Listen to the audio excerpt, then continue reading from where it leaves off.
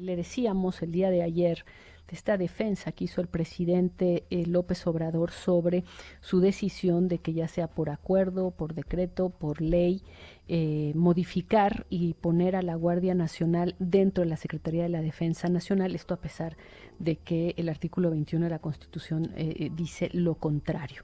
Se desató toda una discusión y el colectivo Seguridad Sin Guerra ha planteado una posición a este respecto.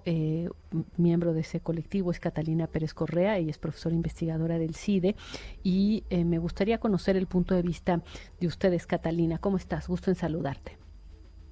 Muchas gracias por la invitación, Denise. Buenas tardes. Cuéntame, Catalina, por supuesto ustedes se han opuesto a lo largo de los años al tema de la militarización de las fuerzas encargadas de la seguridad pública en gobiernos anteriores y básicamente todos han recurrido al ejército, ustedes están en contra, pero me gustaría entender las razones. Las razones son de principio, las razones son pragmáticas, digamos, ¿cuál es la posición de ustedes?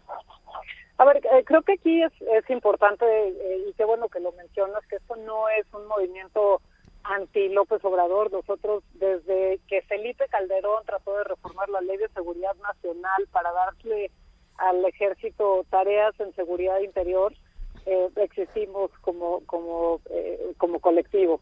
Después nos opusimos con Enrique Peña Nieto a la Ley de Seguridad Interior y estuvimos trabajando también con la bancada de Morena y los diputados y legisladores de los otros partidos cuando se creó la Guardia Nacional. La Guardia Nacional originalmente se iba a crear, o eso quería el presidente, que fuera una institución plenamente militar, sí. Y hubo un trabajo entre la sociedad civil, los legisladores, los partidos, en el cual se decidió que podía ser militar, que no iba a ser militar, que se iban a prestar elementos de la policía militar y de la policía naval para la conformación de la Guardia Nacional, pero que eventualmente iba a ser una institución civil.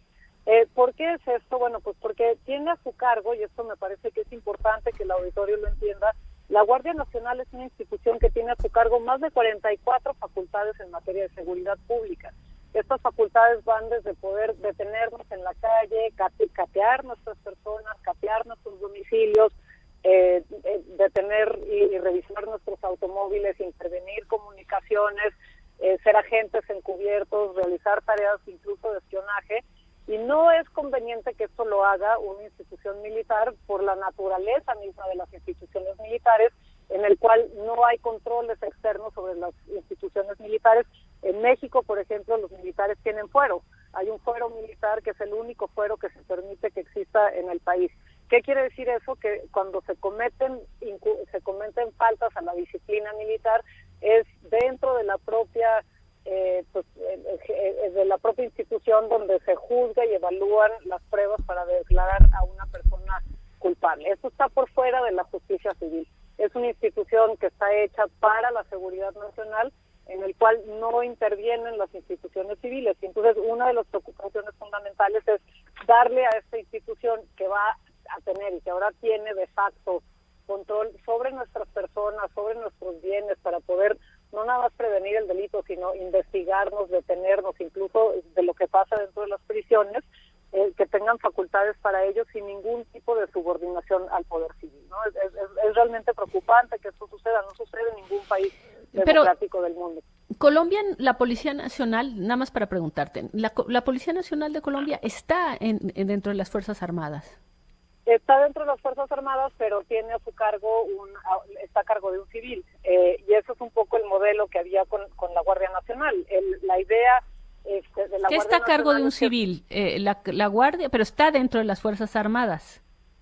O sea, sí, pero la Secretaría de la Defensa está a cargo de un civil. Ah, ya hay un ministro civil, claro. Que esa sería, esa es una opción, por ejemplo, que en México el ejército tuviera un ministro civil, un secretario de Estado.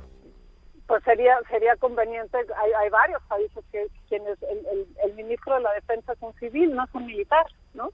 Entonces las decisiones las toma dentro del gabinete civil, no es el gabinete, no es como una autoridad distinta o los militares directamente quienes están tomando esas decisiones. Y entonces en Colombia pasa esto que estás diciendo. Ahora también en Colombia hay este cuerpo que mencionas, pero por ejemplo las tareas de erradicación de cultivos ilícitos las lleva a cabo policías civiles, no las llevan a cabo policías militares. Entonces tienen funciones distintas y en Colombia no es la investigación de los delitos no está a cargo de los militares. Eso Catalina, no es el caso, que es lo que aquí se está proponiendo. ¿Cómo se explican ustedes ahí en esta organización que además pues se ha dedicado a pensar el tema? ¿Cómo se explican ustedes que no importa lo que hayan dicho en campaña, los últimos 4 o 5 presidentes han recurrido al ejército para enfrentar el tema de la seguridad? Y me refiero, bueno, por supuesto Fox al final, pero de su gobierno, pero estoy pensando sobre todo en Felipe Calderón, claramente Enrique Peña Nieto, obviamente también, bueno, sí, sería Fox, Felipe, Enrique Peña Nieto y ahora el presidente Andrés Manuel López Obrador. Todos han recurrido más o menos, bueno, todos han recurrido al ejército y todos han intentado encontrar una, digamos, reglamentarlo, porque en realidad lo han hecho por fuera de las instituciones, por fuera de la ley y de la Constitución. ¿Cómo se explican ustedes esto?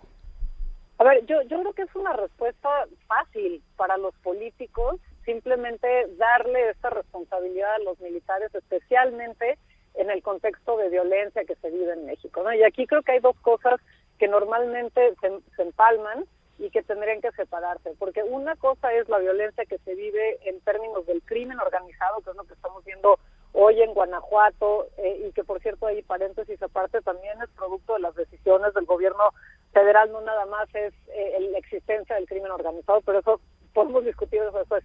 Pero una cosa es eso y otra cosa es el delito que sucede en términos cotidianos en las comunidades, que tiene que ver con el robo en transporte público, el robo a casa habitación, la violencia doméstica.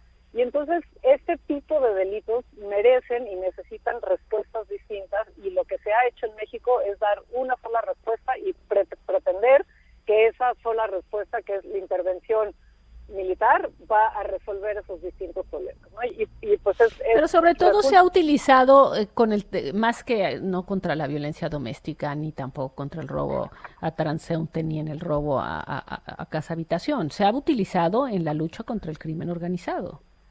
Pues hoy por hoy lo que se propone con la Guardia Nacional es que se haga cargo de todo, no nada más del crimen organizado, y por eso decía yo que es muy importante entender qué es lo que se está haciendo con darle a la Sedena el control absoluto sobre la Guardia Nacional. La Guardia Nacional no es una institución que va a hacer frente al crimen organizado. La Guardia Nacional es una institución que va a suplir a la Policía Federal y va a hacer investigación del delito ordinario, que sí tiene que ver con robo a casa habitación, con la prevención del delito de otro tipo. Y entonces eso es lo que es preocupante. Pero además me preguntabas tú al inicio, ¿y por qué se oponen ustedes? No, bueno, nosotros hemos visto de entrada, particularmente en mi caso, yo he documentado junto con colegas de la UNAM y del CIDE cómo ha aumentado el número de ejecuciones extrajudiciales, el abuso de la fuerza letal por parte de las Fuerzas Armadas en estos operativos que se plantearon desde el gobierno de Felipe Calderón, y entonces lo que vimos es que hay formas distintas de utilizar la fuerza letal por parte de las instituciones, y que es distinto con policías civiles que con policías militares. Y también, pues, a quién responden en caso es un de que haya hecho, violaciones. dime una cosa, ¿es un hecho que el uso de la fuerza por parte de las fuerzas, digamos, del ejército es un uso distinto, excedido, comparado con policías? Es que estoy pensando en la Policía Federal de García Luna no, creo que ahí la Policía Federal al final del sexenio de Calderón lo vemos con datos.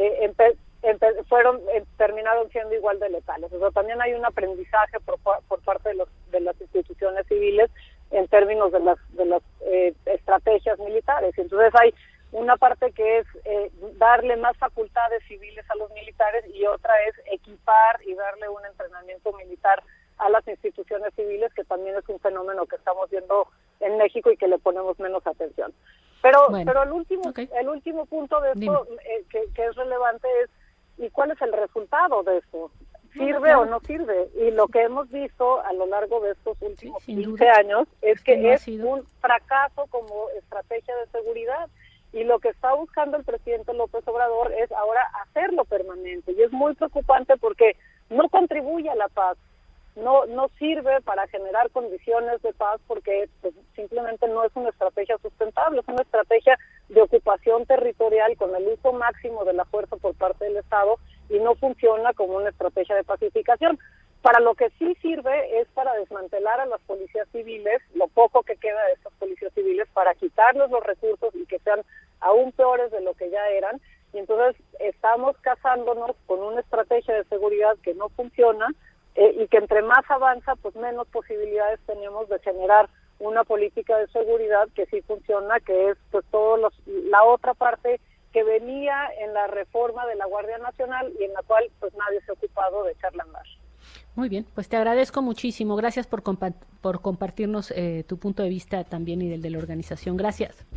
Muchas gracias a ustedes. Un gusto saludarte. Gracias.